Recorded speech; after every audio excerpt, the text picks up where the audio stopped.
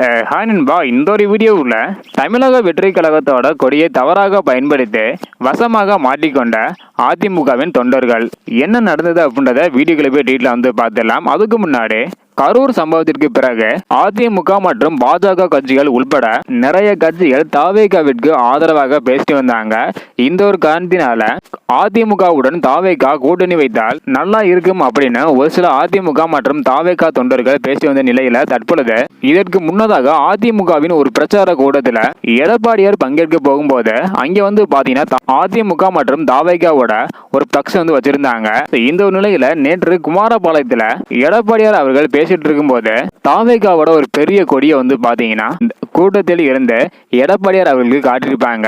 அதை பார்த்த எடப்பாடியார் அவர்கள் கொடி பறக்குது பாருங்க, ஸோ பிள்ளையாசில் வந்து போட்டுட்டாங்க, கண்டிப்பாக கூட்டணி அமையும் அந்த மாதிரி வந்து பாத்தீங்கன்னா சொல்லியிருந்தாங்க. ஆனா தற்பொழுது அந்த ஒரு கொடியை காட்டினவங்க வந்து பாத்தீங்கன்னா அதிமுக கொடி கலர் அமைந்த டிஷர்ட் தான் அணிஞ்சிருந்தாங்க. இது வந்து பாத்தீங்கன்னா ஒரு அதிமுக தொண்டர் அப்படின்றது வெளியாகி இருக்குது. அதாவது தாவேகா கூட கூட்டணி வைக்க வேண்டும் அப்படின்ற ஒரு காரணத்தினால தாவேகாவோட கொடியை பயன்படுத்தியதாக ஒரு தகவல் வந்து பாத்தீங்கன்னா தற்பொழுது வெளியாகி இருக்குது. ஸோ அந்த ஒரு கொடியை காட்டினது தாவேகாவோட தொண்டரை வந்து கிடையாதான், அதிமுகவின் தொண்டர் தான் தாவேகா கொடி வந்து காட்டியிருக்கிறாங்க. இந்த ஒரு நியூஸ் தற்பொழுது சோசியல் மீடியாவில் ட்ரெண்டிங்காக வந்து போயிட்டு இருக்குது. ஸோ இதை பற்றின உங்களோட கருத்து என்ன?